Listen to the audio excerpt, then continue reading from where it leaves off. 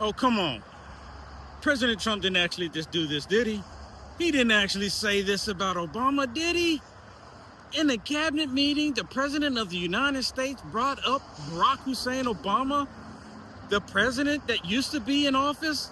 President Trump didn't actually say this about him, did he? Oh my goodness, what am I talking about?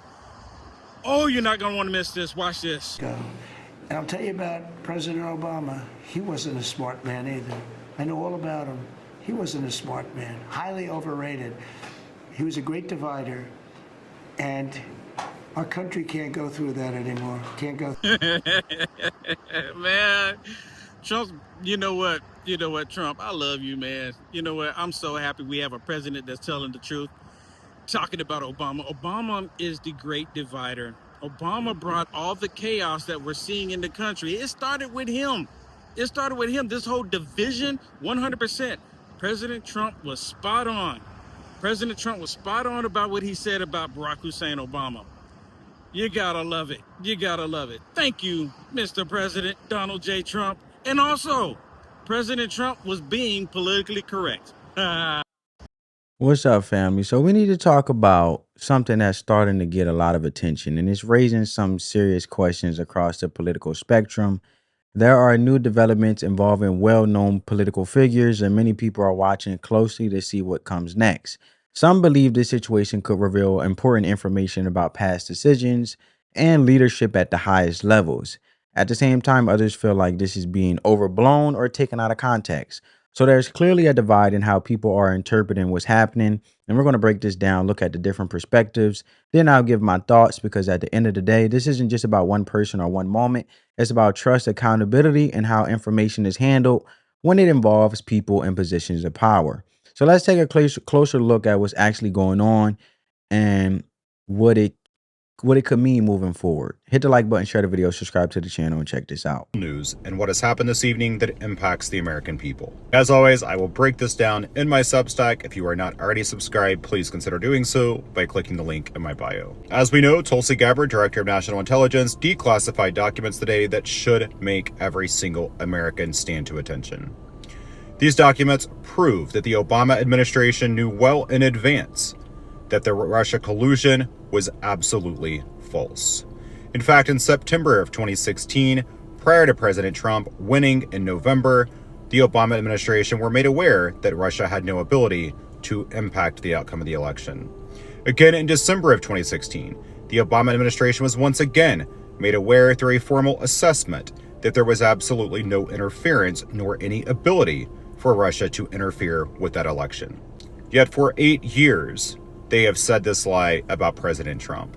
The first 2 years of his presidency was completely covered by this lie that was orchestrated by the Democratic Party and legacy media in order to make him look bad and make the American people lose trust not only in their vote, but in their president. And what we know is 2 days following Barack Obama receiving that assessment in December of 2016, he then held a closed-door cabinet meeting with his officials, and following that is when the script flipped. It flipped into a narrative that Russia had impact on the outcome of the 2016 election. The American people want arrest. Well, Tulsi Gabbard may just bring you that. Tulsi Gabbard has now referred this case to the Department of Justice to seek prosecution, using the strong words that, frankly, I've not heard in politics in a very long time. Treasonous conspiracy. You may be asking, well, why does this matter now? Well, it matters because it goes to prove to you that the Democrats did then exactly what they're doing right now. They're trying to tear down the credibility of President Trump. They're trying to make voters think that your voice does not matter. They're trying to make you think twice before you head to the polls again in November of 2026. The Democratic Party can only win as long as you don't know the truth. If you know the truth, as you did in November of last year, they will lose every single time. There's a lot to talk about, but I will say this one thing. Do not allow them to convince you of a lie and steal your voice. So in that clip, the claim is that newly declassified intelligence documents suggest officials in the Obama administration were informed before and after the 2016 election that Russia did not have the capability to change the outcome of the vote. If that interpretation of the documents is accurate, it raises important questions about how the Russia investigation narrative developed and why it continued for such a long period of time. At the same time, it's important to note that intelligence assessments can be complex and different agencies have, at times, reached different conclusions about the scope and nature of foreign interference. Many people remember that multiple investigations did find that Russia attempted to influence public opinion, even if there is still debate about the extent of its impact on the final results. From this perspective, what stands out is the gap between what may have been known internally and what was communicated publicly over time. That gap is where a lot of the current concern is coming from. It also connects to a broader conversation about trust in institutions, including government agencies and the media. Some people believe the coverage around these events was not balanced and may have emphasized certain narratives more than others, while others argue the reporting reflected the best available information at the time.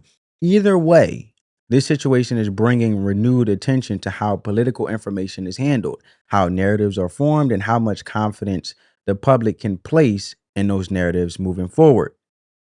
Remember Obama did that? There's one thing that I am that you'll never be. President of the United States. And you see Trump in the audience going, okay, motherfucker. I was actually at that White House Correspondents' Dinner. It was so over the top, it was like making everyone uncomfortable. And you could see Trump just getting like angrier and angrier. Say what you will about Mr. Trump, he certainly would bring some change to the White House. It's the wrong guy to do that to. Most people would have been humiliated. He got angry. He's like, yeah, all right. I've been thinking about running for about 15 years. That was a real bad move. That clip brings up a moment a lot of people remember from the White House Correspondents' Dinner, where the then President Obama made jokes about Donald Trump, and it clearly got a reaction. Some people look back at that moment and see it as a turning point, or at least part of a larger timeline that eventually led to Trump running for president. Now, to be fair, Trump had been talking about the idea of running for years before that, so it wasn't something that came out of nowhere. Supporters of that view argue that his decision was already in motion and tied more to his longstanding interests in politics and policy. Others believe moments like that dinner may have reinforced his decision or accelerated the timeline. From a broader perspective, what this really shows is how public moments, media coverage, and political culture can play a role in shaping major decisions. It also highlights how different people interpret the same event in different ways, very different ways. Some see it as harmless political humor, while others see it as an example of how the political environment can become more personal and less focused on policy. Either way, it connects back to the bigger theme we've been talking about, which is how narratives are formed and how certain moments can take on a much larger meaning over time. It should shake every single American in their shoes. I hate to say this, but President Barack Obama, there is now incontrovertible evidence that he was the spearhead of a seditious conspiracy to subvert the will of the American people and overthrow the United States government back in 2016. We must, absolutely must, hold every one of these criminals accountable for the crimes that they committed. They are the most heinous crimes committed in American history. James Comey, John Brennan, Clapper, Rice, Biden was in the meeting in July 28th in the Oval Office. They briefed Barack Obama on Hillary Clinton's plan to, quote, tie Trump to Russia collusion lies. It consumed our national discourse for 5 years. It undermined a sitting duly elected president. It sabotaged administration. It framed a 3-star general. It destroyed and ripped this country apart. We had a constitutional crisis, the likes of which I don't think any American can fully comprehend. It is atrocious, and every single one of them must be held accountable. Yeah, and of course. In that clip, you hear a very strong reaction to the same set of developments, with claims that these documents point to serious wrongdoing at the highest levels of government. Now, those are significant allegations, and it's important to approach them carefully. And at this stage, what we're really looking at are interpretations of intelligence, timelines, and decision-making processes that are still being debated. Some people believe this situation shows that certain narratives were pushed too aggressively without full context, while others argue that officials were responding to evolving intelligence in real time. Either way, when accusations this serious are made, they require a clear evidence, transparency, and proper investigation before firm conclusions can be drawn. From a broader perspective, Moments like this tend to increase skepticism toward both government institutions and media coverage, especially when people feel they may not have been given the full picture.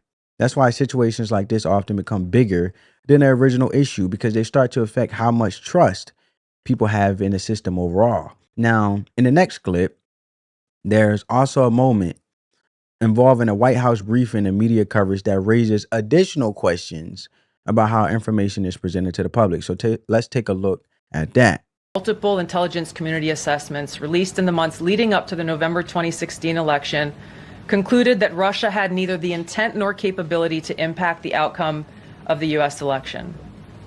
On December 5th. We've been listening there to the Director of National Intelligence, Tulsi Gabbard, continuing on what has now been a multi-day effort, not only with public statements like this, but release of documents, to attempt to back up the quite extreme allegation that President Obama is guilty of treason and that he worked in some sort of conspiracy with Hillary Clinton, etc., in the assessment by the intelligence community at the time that Russia interfered in the 2016 election.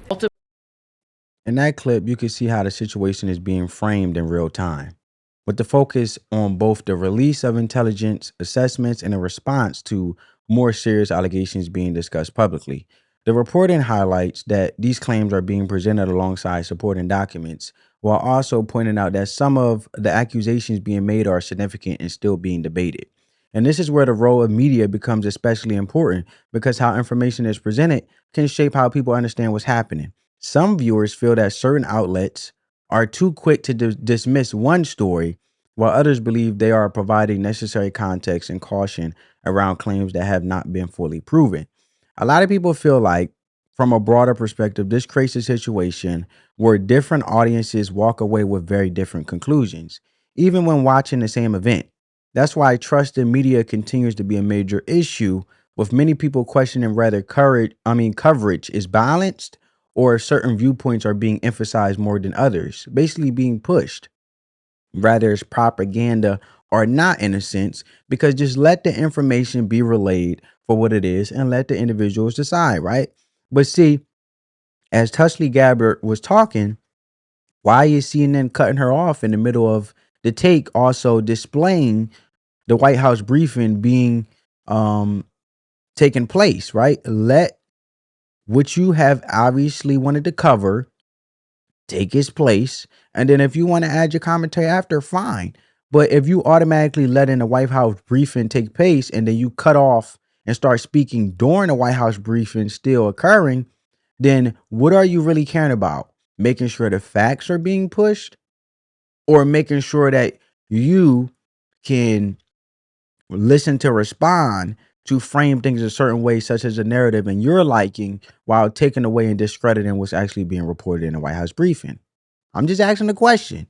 It doesn't necessarily mean one side is entirely right or wrong, but it does highlight the importance of looking at multiple sources and paying attention to how information is framed. With that in mind, let's listen to the next perspective and see how it adds to the overall picture.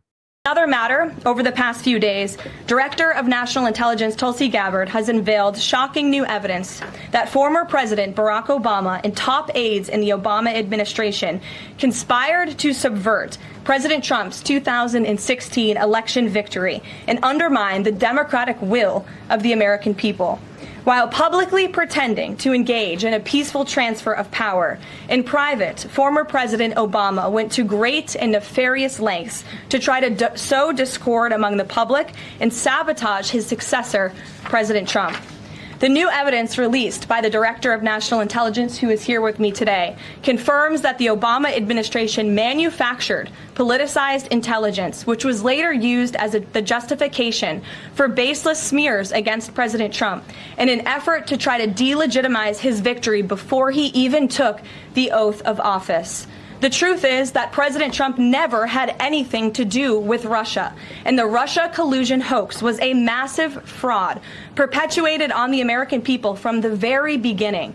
And the worst part of this is Obama knew that truth, and so did all of the other corrupt officials involved in this scam, including former CIA Director John Brennan, former Director of National Intelligence James Clapper, former FBI Director James Comey, former Deputy Director Andrew McCabe, and many others.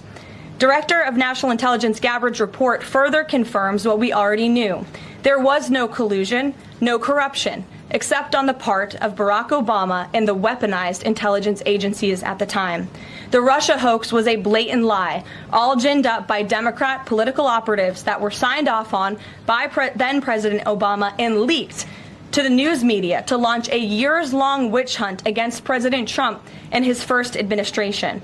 Allies of the president, including his own son, Donald Trump Jr., were disgustingly smeared as Russian assets, and some even had their lives destroyed because of this vicious lie. The president's first 2 years in office had this fake distraction hanging over it, and endless resources, time, and political capital were spent having to debunk these lies from the highest levels of our government. Now, nearly 10 years later, thanks to the declassification of documents by Director Gabbard, the truth has finally come to light. And this truth vindicates President Trump, his family, and his many allies and associates who were smeared with defamatory lies. President Trump was right from the beginning about all of this, and we are grateful that justice can be served. Now, we have even more damning evidence implicating those who tried to sabotage a duly elected president and did grave material harm to our republic. Thanks to additional important work done by CIA Director Ratcliffe, Committee Chairman Rick Crawford over the past few months, a newly declassified 2020 report prepared by the House Permanent Select Committee on Intelligence, which DNI Director Gabbard has declassified, found that the intel community did not have any direct information that Russian President Vladimir Putin wanted to help elect President Trump in 2016. And in fact, Russia was actively preparing for a Hillary Clinton victory. But at the unusual direction of Barack Obama at the time, the intel community published implausible intelligence suggesting otherwise. Why? To sabotage the incoming president. This is true.